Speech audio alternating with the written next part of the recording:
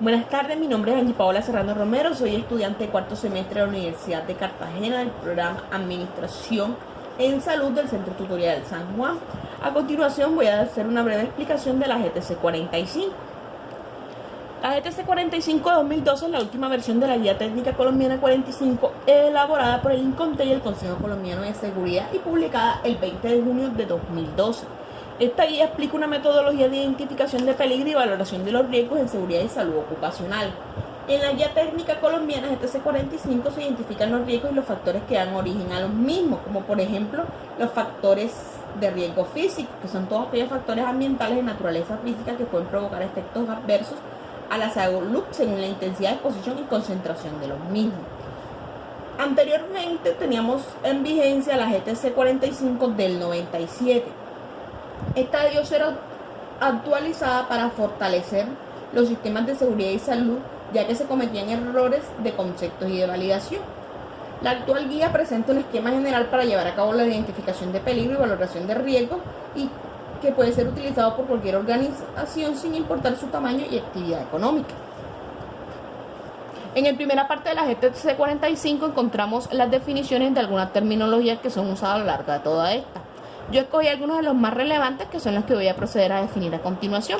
Iniciamos con el accidente de trabajo, que es un suceso repentino que sobreviene por causa o con ocasión del trabajo y que produce en el trabajador una lesión orgánica, una perturbación funcional, una invalidez o la muerte. También hablamos de accidente de trabajo cuando el trabajador está realizando tareas que han sido encomendadas por su empleador, aunque éstas sean fuera del sitio de trabajo y fuera del horario laboral. Seguimos con análisis del riesgo, que es el proceso para comprender la naturaleza del riesgo y para determinar el nivel de riesgo. La consecuencia es el resultado en términos de lesión o enfermedad de la materialización de un riesgo. Esta puede ser expresada en forma cuantitativa o cualitativa. El diagnóstico de condiciones de salud es un conjunto de datos sobre las condiciones de trabajo y salud valorados y organizados sistemáticamente que permiten una adecuada priorización y orientación de las actividades del programa de salud ocupacional.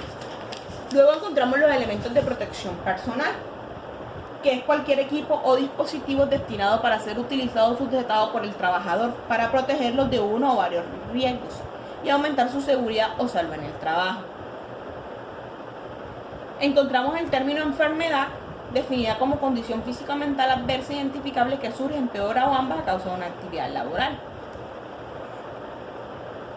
Después encontramos enfermedad profesional, que es todo estado patológico permanente o temporal que sobrevenga como consecuencia obligada y directa de la clase de trabajo que desempeña el trabajador o del medio en que se ha visto obligado a trabajar y que ha sido determinada como enfermedad profesional por el gobierno nacional. Encontramos el término equipo de protección personal, que es un dispositivo que sirve como medio de protección ante un peligro y que para su funcionamiento requiere la intervención de otros elementos. El siguiente término es evaluación del riesgo, que es un proceso para determinar el nivel de riesgo asociado al nivel de probabilidad y a su nivel de consecuencia. Encontramos otro término que es la exposición, que es la frecuencia con que las personas o la estructura entran en contacto con los factores de riesgo. Para calcularla, pues se puede considerar el tiempo promedio diario en horas de exposición o el tiempo semanal acumulado al mismo. Seguimos con identificación de peligro, que es el proceso para reconocer si existe un peligro y definir sus características. Encontramos el término incidente, que es un evento relacionado con el trabajo en el que pudo o no haber ocurrido una lesión o enfermedad como tal. Continuamos con peligro, que es una fuente, situación o alto potencial de daño en términos de enfermedad o lesión a las personas o combinación de ambas. Y la probabilidad, que es la posibilidad de que los acontecimientos de la cadena se completen en el tiempo, originándose las consecuencias no requeridas ni deseadas. Y por último tenemos riesgo, que es la combinación de la probabilidad y las consecuencias de no controlar como tal un peligro. El propósito de la identificación de los peligros y la valoración de los riesgos es entender los peligros que se pueden generar en el desarrollo de las actividades con el fin de poder establecer los controles necesarios a fin de que cualquier riesgo sea aceptable. El propósito general como tal de esta es entender que esos peligros se pueden generar en el desarrollo de cualquier actividad y que como tal cada organización debe establecer los controles necesarios al punto de asegurar que cualquier riesgo sea aceptable.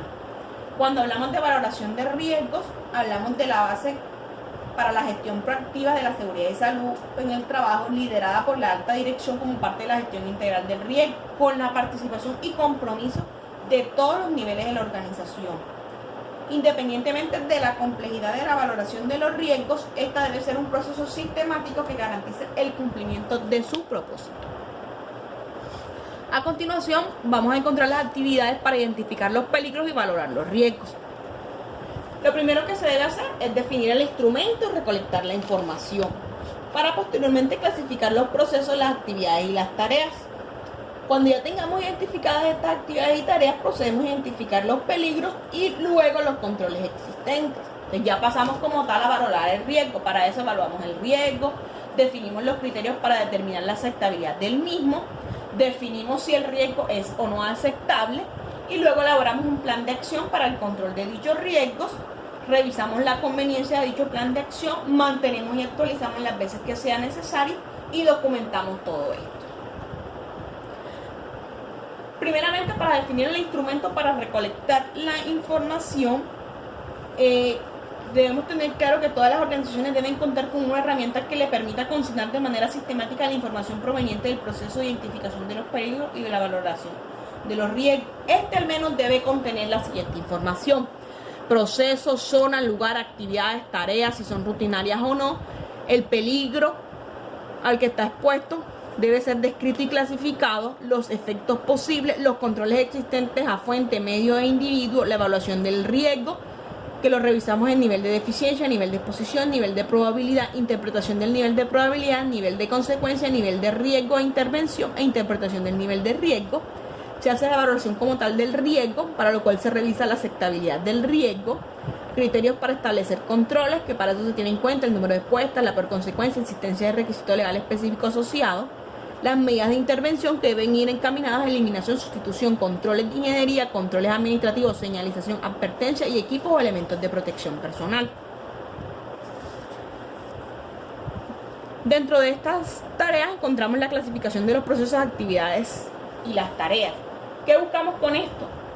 Poder identificar todas y cada una de las actividades que realiza como tal un trabajador dentro de la labor asignada.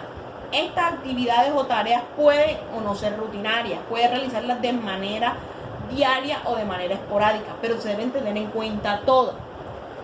Después se hace la descripción y clasificación de los peligros, que es buscar si existe alguna situación que pueda generar daño, quién puede sufrir daño, cómo puede ocurrir ese daño y cuándo puede ocurrir dicho daño. A continuación encontramos una tabla que es la descripción de los niveles de daño. Estos niveles de daño se ven en tres categorías: daño leve, daño moderado o daño extremo. Y pues de acuerdo al riesgo y a lo que ocurra, entonces se establecen estos niveles.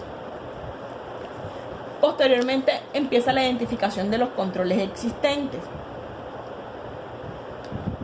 Como lo había dicho anteriormente, estos controles se deben revisar y clasificar en los existentes a fuente, a medio e individuo. Esto con el fin de que en caso dado poder establecer un plan de acción encaminado a modificar sí y solo sí el control necesario. Para valorar el riesgo se hace teniendo en cuenta la suficiencia de los controles existentes, la definición de los criterios de aceptabilidad del riesgo y la decisión de si son aceptables o no. Una vez completada esta valoración de los riesgos, se debería estar en capacidad de determinar si los controles existentes son suficientes o necesitan mejorarse, o si se requieren nuevos controles. Para hacer la evaluación de los riesgos,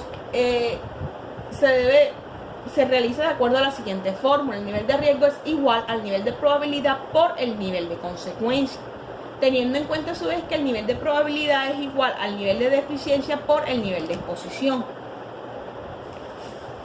En esta tabla encontramos el nivel de deficiencia. El nivel de deficiencia se mide en bajo, medio, alto y muy alto.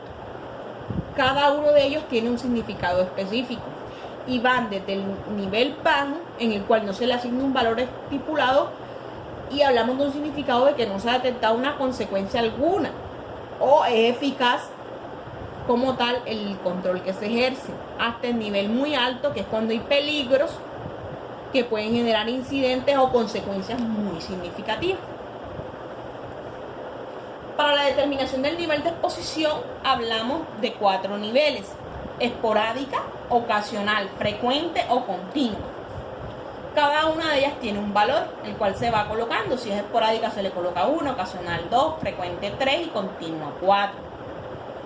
Y pues eso depende. Si es esporádica, de pronto es una tarea que no realiza comúnmente, o de pronto es una tarea que se realiza de manera ocasional, o en su defecto puede ser una manera que se realice diariamente. Entonces ya hablamos de una exposición continua, que es el máximo valor.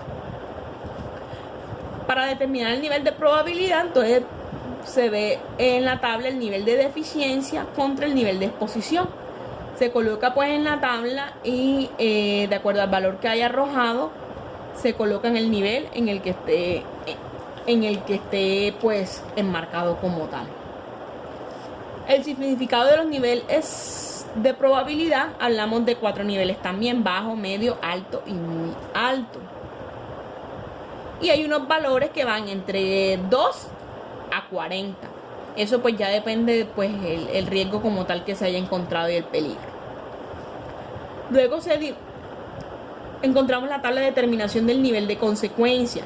Los niveles de consecuencia ya sí acá cambia como tal los niveles o las categorías que se tienen en cuenta, porque ya acá hablamos de un nivel mínimo, que es el leve, a un nivel máximo, que es mortal o catastrófico. Y pues el significado va ya de acuerdo a lo que realmente el daño que provoquen, porque puede ir desde lesiones o enfermedades que pues no requieren mayor novedad de reporte, o pues no necesitan como tal una incapacidad, hasta la muerte del colaborador. Luego se estipula la determinación del nivel del riesgo. Para esto, pues como ya habíamos visto, el nivel de riesgo es igual al nivel de probabilidad por el nivel de consecuencia. Entonces se establecen también de acuerdo pues a lo que arroje, y se coloca y se mira en la tabla